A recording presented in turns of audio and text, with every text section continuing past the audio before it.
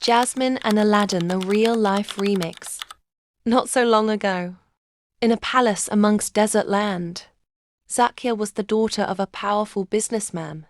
For the sake of this story, we'll call him Hassan Zorak, equal in hierarchy, and respect to that of a modern-day sultan. Since Zakia was young, it had always been in the plans for her to one day marry into the Istan family, another well-known and respected family of the land. Arman Istan. Arman Istan was 21 and expected to marry Zakia, who just turned 18. He was charming and suitable to most young women in the land, with his sophisticated posture, expensive suits, and a well-shaven goatee. But to Zakia, he just wasn't her cup of tea. Rather, she dreamt of the day she would fall in love with a noble, yet down-to-earth man. She would find that man too, in the most unexpected of ways, as the Hassan family mingled together with the Istan family, in celebration of the young couple's engagement, an upcoming union of the two families.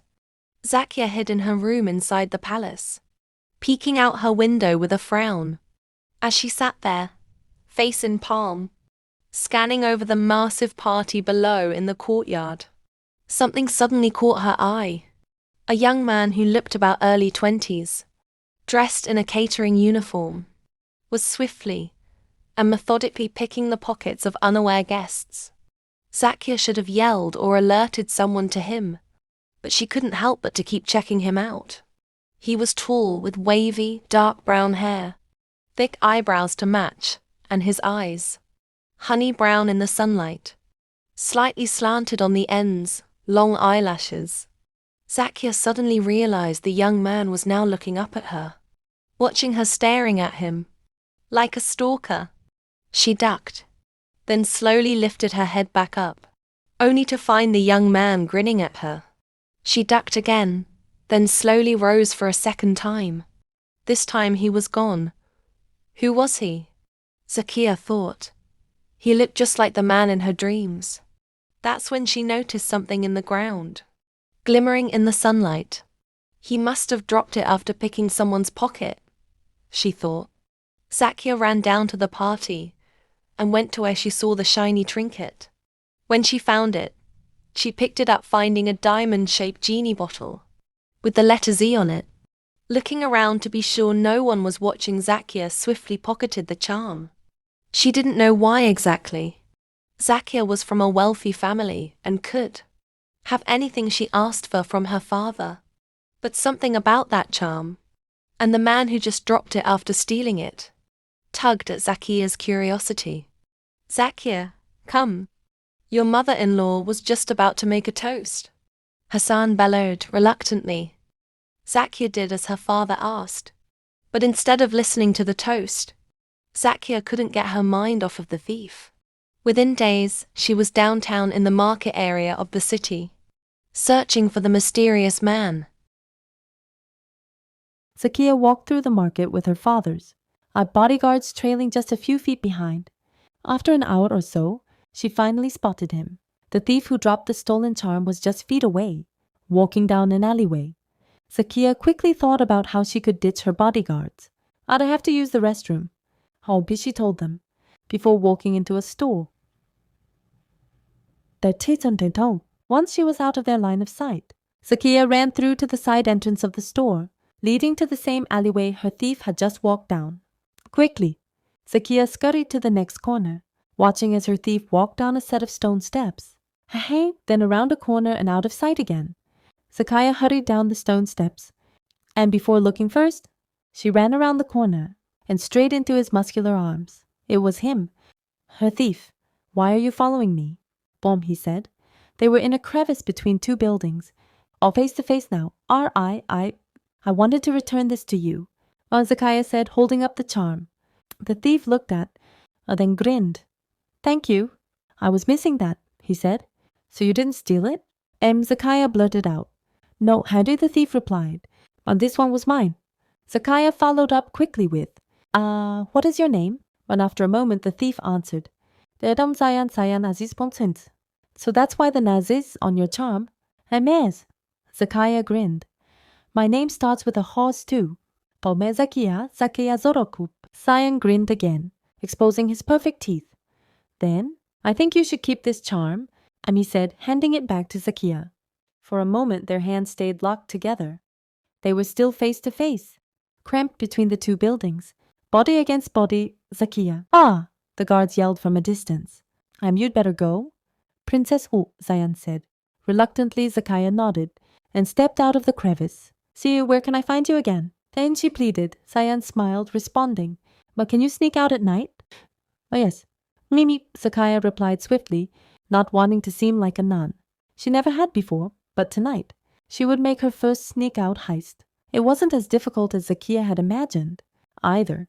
She shimmied down her balcony post, but then darted across the yard and climbed over the stone wall that made her palace a fortress. On the other side of the wall, Zakia tumbled down blindly, before landing in a pair of strong arms. Zayan had been waiting for her on the other side. He caught Zakia before she hit the ground. With stars shining bright in the sky, Zakia and Zayan stared into each other's eyes. That's when Zakia noticed Zayan was twirling her ring around her finger. A rare engagement ring. Zayan put Zakia down gently before asking, Are you engaged to be married? Amid his face wearing disappointment. And no. Zakia replied, taking the ring off quickly. I mean yes, but I don't want to be, not to him. Cool says Hom. Zayan took Zakia by hand and led her into the nearby city. He climbed up a ladder on the side of a building as Zakia followed. On the roof of the building was a large carpet laid out. Zakia and Zayan laid atop the roof on the giant carpet, staring at the stars above. As the night went on, they became familiar with each other. She was from the palace, he was from the slums. She had a strict family, he had no family. She was handed anything she wanted, he had to steal to get what he wanted. What do you do with the stolen items? Zakia asked Zayan. I sell them to provide for my community here. There are many struggling families in these parts, as you must know, he replied. I had no idea, Zakia replied honestly. I had no idea, Zakia replied honestly. Zakia and Zayan laid atop the roof on the giant carpet, staring at the stars above. As the night went on, they became familiar with each other.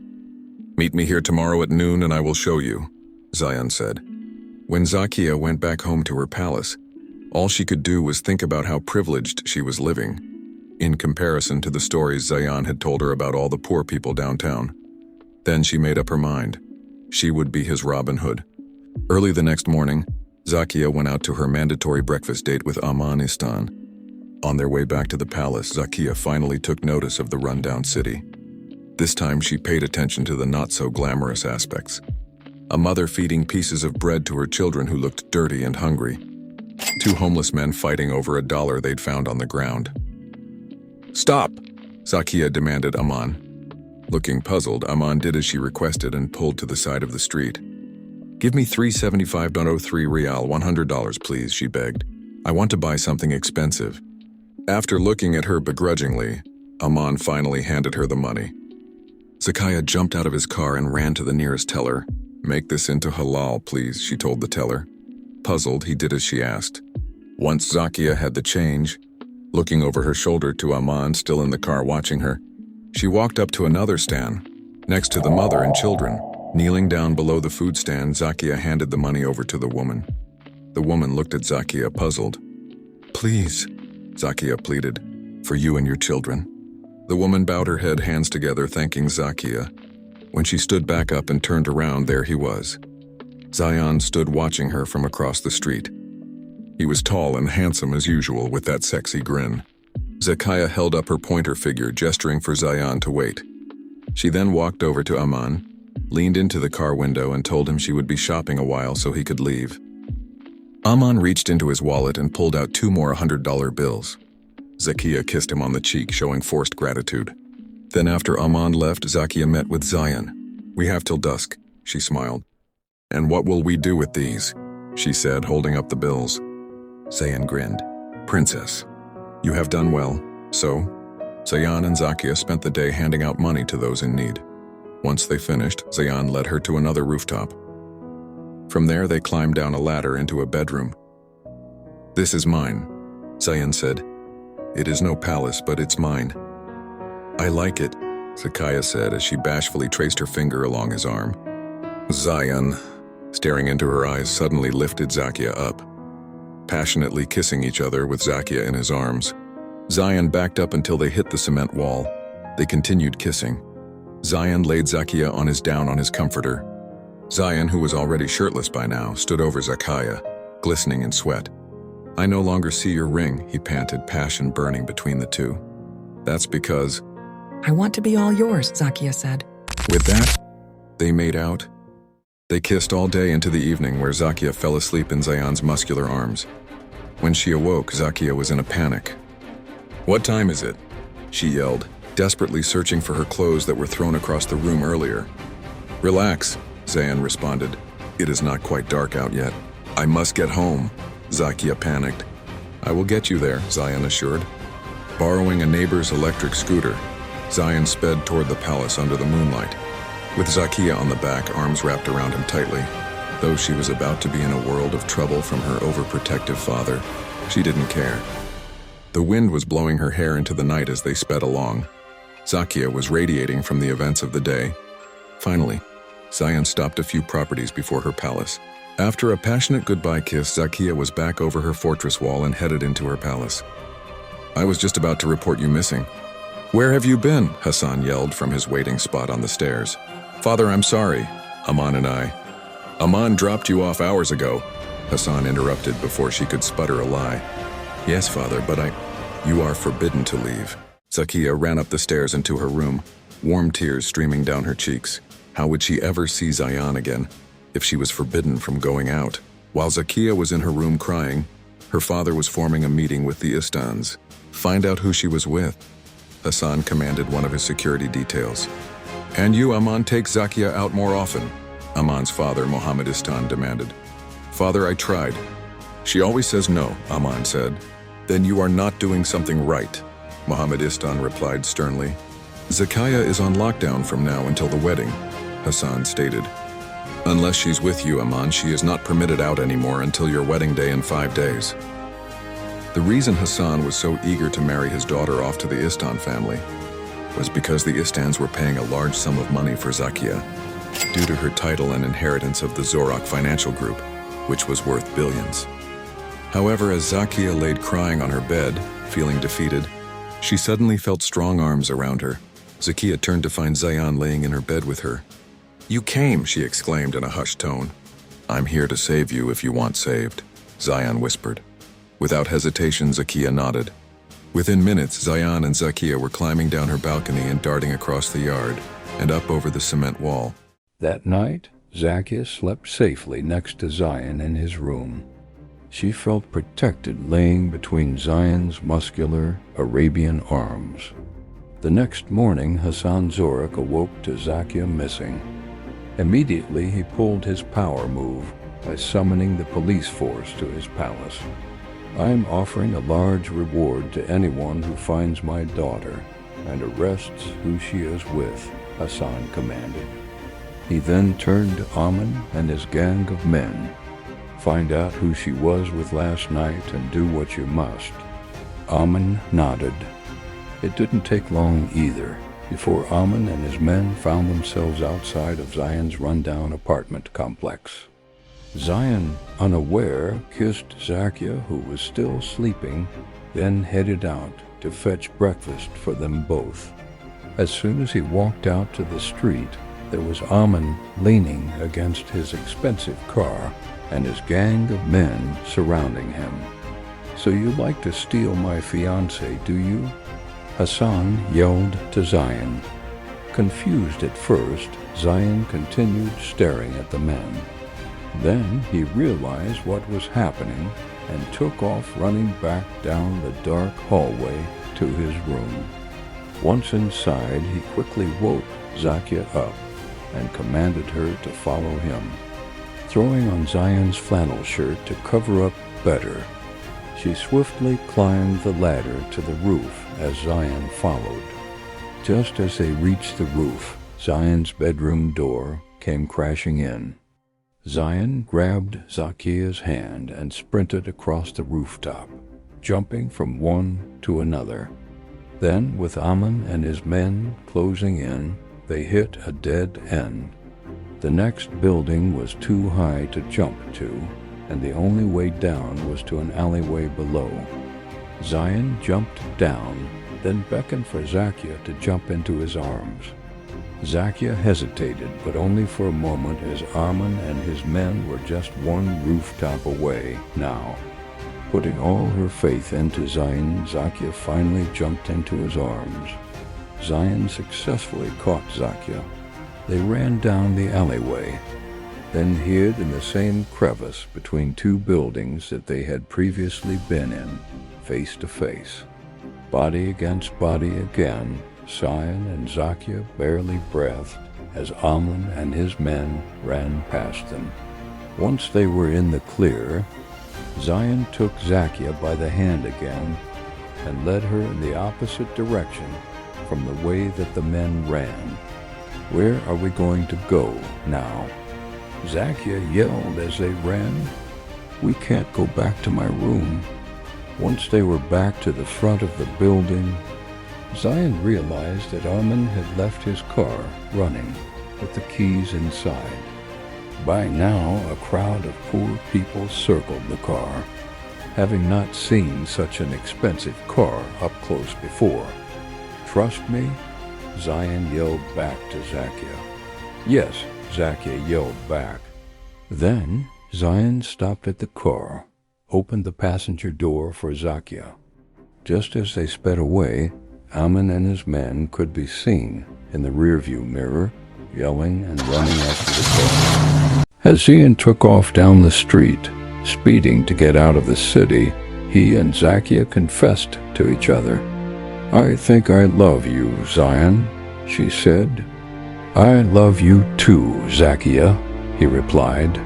Suddenly, cop lights appeared behind them. "If they get me, I'll go away for a long time," Zion admitted. "Then father will force me to marry Ammon," Zacchaeus cried. "So let's not let that happen," Zion stated, jerking the car through a cornfield. The cops, who were about a mile behind, flew past the cornfield that Zion and Zacchaeus hid inside of Hassan's car. Once the coast was clear, Zion drove back out to the main road, then took another back road after that. "Where are we going?" Zacchaeus asked. "I have a couple who I worked for on the outskirts. We will be safe there. But first, we must ditch this car and walk the rest of the way." After a few more miles, Zion drove the car into another cornfield. Then he and Zacchaeus walked 2 more miles to the couple's home. The couple lived in a small house down in a wooded area. It would be hard for anyone to find them there. For the next several months, Zion and Zacchaeus lived in that tiny cabin with the gracious couple who took them in. Zion helped the man work their property, while Zacchaeus helped the woman inside of the house. Everything seemed perfect until one fateful day. Feeling a tad more comfortable by now, Zacchaeus decided to go to the local market with the woman. She put a scarf around her head to somewhat disguise herself, but that wasn't enough. One of Ammon's men spotted her and followed them back to the road which led to the cabin. The next day, dozens of police surrounded the couple's cabin. Zion and Zacchaeus had nowhere to run, yet instead of taking Zion to jail, the police allowed Ahan and his men to take Zion to the river, where they beat him up and left him for dead. Zacchaeus was taken back to her palace and held like a prisoner until the day her father, Hassan, declared she would be marrying Ammon that day. Tearfully feeling defeated and hopeless, Zacchaeus let her maids dress her and do her hair and makeup. She was in a beautiful wedding gown, but looking at herself, Zacchaeus felt dead inside.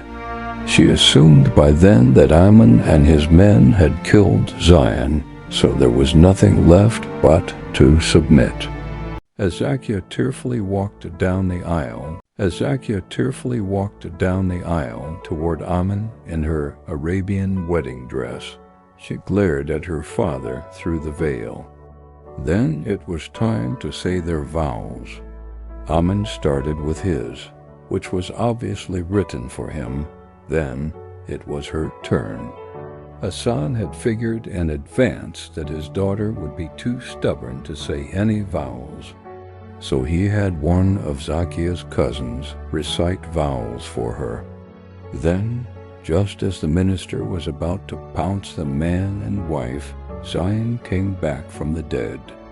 Looking a disheveled mess, Zion ran down the aisle yelling, "Stop! I love this woman, and she loves me. You cannot do this to her." "To us?" The crowd gasped as the minister helped Zion to his feet. "Is this true?" the minister said, looking at Zacchaeus. "Yes," Zacchaeus said, running to Zion and wrapping him in her arms. "My father is forcing me to marry someone I do not love for his own selfish reasons." Zacchaeus bellowed. "That is not true," Hassan said, now standing in a rage. "I am protecting you, Zacchaeus. What can this poor man, this criminal, do for you? He is unworthy of you. Sir, I might not have wealth, that is true. Then, if you love her, do what is best. Let her go to this man who will provide for her," Hassan begged, pointing to Amun. Zion really thought it over. He looked Amun up and down. Afraid he might give in, Zacchaeus blurted out, "Father, I would rather live poor and in love with Zion than rich and miserable with Amun." The crowd started mumbling amongst themselves. Then Zion got on his knee and proposed to Zacchaeus. "I might not have much, but I will spend my entire life investing in your happiness, Zacchaeus Zorg." The crowd slowly began clapping, then one by one, standing up. Hassan could no longer ignore the support for Zion and Zacchaeus coming from the crowd. "Enough!" Mohammed Istin roared. "She is marrying my son, and that is the end of it." Hassan, finally snapping out of his state of denial, confronted Amun. "Amun, why do you want to marry my daughter?" Amun looked to his father, then stated, "Because it is in the best interest of both of our families." The crowd gasped again, then started murmuring. Hassan then looked at Zion for the first time, really looking at him. He said, "Young man, you may have my daughter, but only if you agree to some things." "Anything," Zion said, feeling hopeful. "1. You must leave behind the criminality. 2. You must come work for me under my wing and guidance." Zion thought for a moment, then shook Hassan's hand. "I will do as you say," he agreed. With that, Zion and Zacchaeus got married right then and there. The Easton family had to be escorted out, but the rest of the community cheered Zion and Zacchaeus' union on. Zion kissed his bride that day. Afterward, Zion would go on to learn the Zurich business trades and become very good at it. So good, in fact, that Hassan planned to one day turn the reins over to Zion after Hassan retired. Though, they often argued over keeping it the Zurich Group or changing the name to the Aziz Group after Zion. Once Zacchaeus and Zion had their first Arabian baby, though, they were all three putty in Hassan's once intimidating hands.